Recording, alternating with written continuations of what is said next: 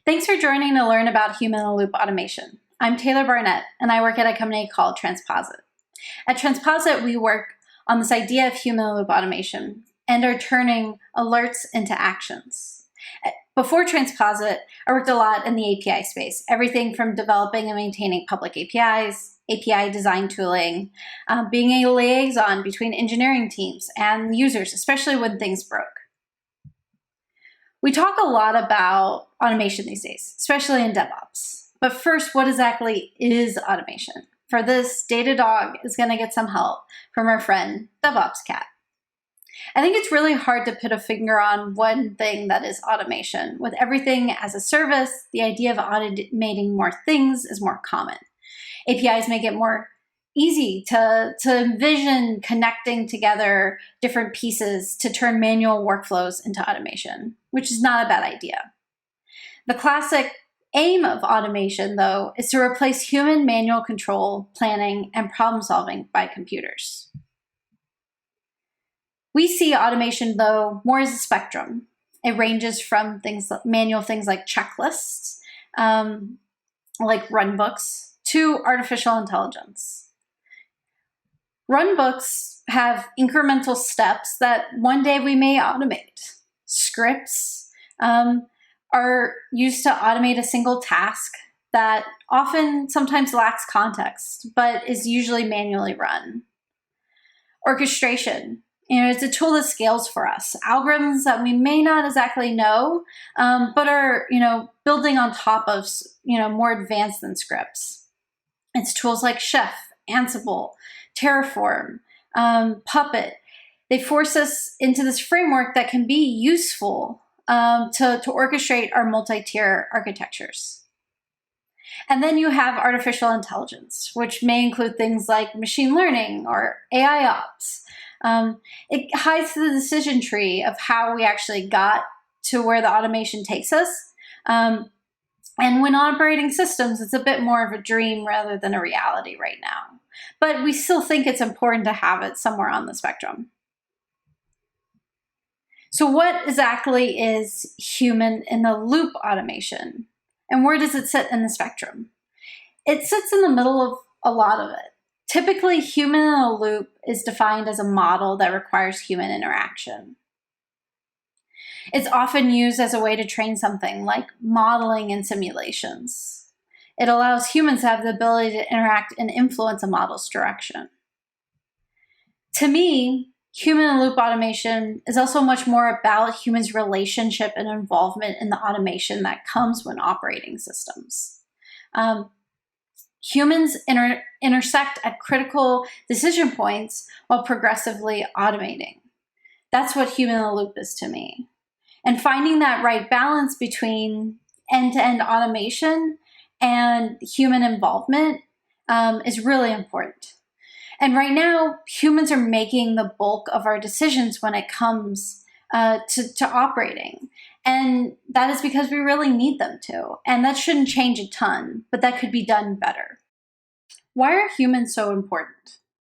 They have the ability to adapt to change. Now, the systems we work in always allow for them to do that? No. But human practitioners are the adaptable element of complex systems, as Dr. Cook says. From how complex systems fail, practitioners and first-line managers actively adapt the system to maximize production and minimize accidents. And they're doing these on a moment-by-moment basis. And we see this on teams all the time. Many team members carry specialized knowledge, or sometimes they even become islands of knowledge that helps them make complex decisions considering unexpected factors. Have you ever asked a subject matter expert about a problem and their answer was something like, "It depends"? I feel like this happened to me many times over the years and has happened to many people I know. And it can be really hard for automation to handle this. Humans are context aware of the complexity of systems that we work on. And so it's important to focus on automation that is augmenting that work rather than trying to totally replace it. There's this amazing paper from the 80s called Ironies of Automation by Lizanne Bainbridge. And it says that the more advanced a control system is, So the more crucial may be the contribution of the human operator. A lot of the paper talks about, how human designers of automation mess up and how it is often more dangerous than if it was never automated at all. My other favorite quote is that it's ironic to train operators to follow instructions and then put them in the system to provide intelligence to it. And because human designers and our complexity of our systems isn't going anywhere, there will always be human involvement in our automated systems. Now, this may seem like an obvious list to you of examples of end-to-end automation, but I just want to kind of level set what we're talking about when we refer to end-to-end automation.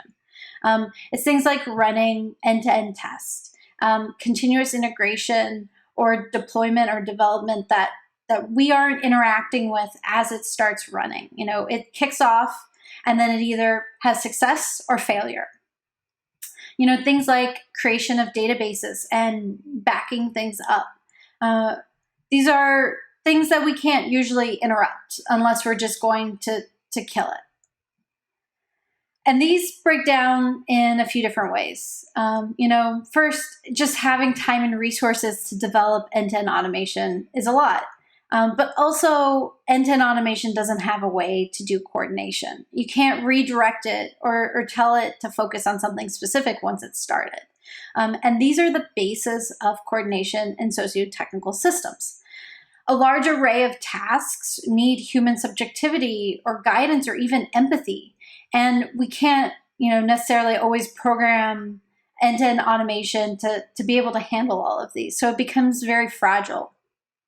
And you can also see that larger socio-technical system like humans can. So that's why DevOps Cat chooses both humans and machines. And someone has to put food into the Automate Cat feeder too. So with that in mind, let's talk about examples of pulling in humans at different junctures with Datadog. What if we used Human-in-the-Loop to help us learn from past experiences, surface useful information easier, and make the experience of on-call better? How do we best equip humans for success? So you're asleep. It's 2:30 a.m. West Coast time, and you're woken up by a pager alert on your phone. It's something many of us are familiar with as a very manual process. For background, we're using monitor-based SLOs in Datadog. So for more than 97% of the time, over some specified time, we expect API requests to return with a successful status code. Otherwise, it will trigger an alert. I've simplified the setup in the image here in Datadog, but we're figuring out what percentage of API requests have that successful status code. And this is being sent to Datadog from our API. And we've also set up some alert conditions. So when the alert triggers, it looks like something like this in Datadog. But how can the situation be more human in the loop? For starters, two things. First, when the alert triggers, the on-call engineer immediately gets a runbook associated with the alert. Also, an action immediately runs to share more information about what triggered the alert. What does this look like in Datadog, though? Runbooks are not only instructions, but also advice. Ensuring that they contain useful information for the on-call engineer based on past experiences is really important. We want the human to remain in control, like we talked about earlier, and be the investigator, but the system is the trigger. So you could actually add runbooks to your monitor, for example. And then also connecting what happens in a universal place like chat to data and tools like Datadog makes investigation faster instead of having to search around for where to start the investigation. So maybe that means linking out to a specific dashboard so that you can investigate the data more closely. During an incident, there's often a lot to consider. We say, let the human be the detective, but there's so much information to think about, even if you have team members helping you. We need to help them investigate, but also make it easy for them to take action on those findings. Runbooks are an important part of that human-in-the-loop process during an incident. because they can help an on-call engineer understand the possible paths that they could go down, sort of like choose your own adventure, but based on experience and expertise. For example, connecting it to a specific set of logs in Datadog is an action that could be taken. They travel down the path, and if they hit the dead end, they can investigate a different path. But also there are things like updating a status page that are a bit different. Some paths are investigation workflows, but some are also focused on internal and external communication. Maybe that's talking to customer service teams or updating internal communication platforms or other places. The important thing is we want these to be closely tied to the investigation process that is also happening in Datadog. And then that's why it's important to have these actions in a runbook. So to recap, as inspired by the Ironies of Automation paper, in the middle of an incident, it can be costly to not understand what automation is doing. It can lead to an inability to understand the current context of the system that you're being alerted on. And so end-to-end automation is not really an option. This may look like interactive scripts. This may look like applications that sit on top of tooling that we already use. And so instructions and advice, like we talked about earlier, can be really useful. It might be able to show us historical information, learn from past incidents, surface helpful documentation. Because have you ever tried to search Confluence in the middle of an incident for some useful information? It's really hard to do. And then often during an incident, you're trying to diagnose by matching signals or symptoms from maybe a really painful incident or a recent incident. And this can be harder, especially if you haven't experienced all of them yourself. And so that's why things like Runbooks can be really helpful. It's taking those experiences and turning them into expertise, or maybe sometimes it's called directed experiences. And then also mapping them to alerts to make them easier to find. And then there's streamlining manual processes we talked about with communication, but also just with needing to go through a run book, having different steps laid out clearly. Manual work is not going away. That's the reality, but we could make it easier to do and more straightforward, like some of the examples we discussed. And then when an alert is being investigated, it is sometimes hard to make sure that everyone is looking at the same data, like in Datadog. And so let's embrace the humans as part of the loop because they're good at coordination, but there also needs to be a centralized place where the team already is. And then, so here's a few more examples that I want to give just to get you thinking more about human-in-the-loop, approvals and coordination. So maybe getting approvals for certain actions, having that process be automated, but you're still a human requesting that access.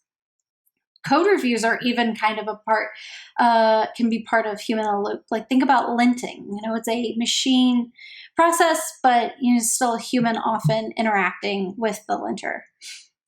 Think about rollbacks of deployment. Maybe you need to go back to a specific version.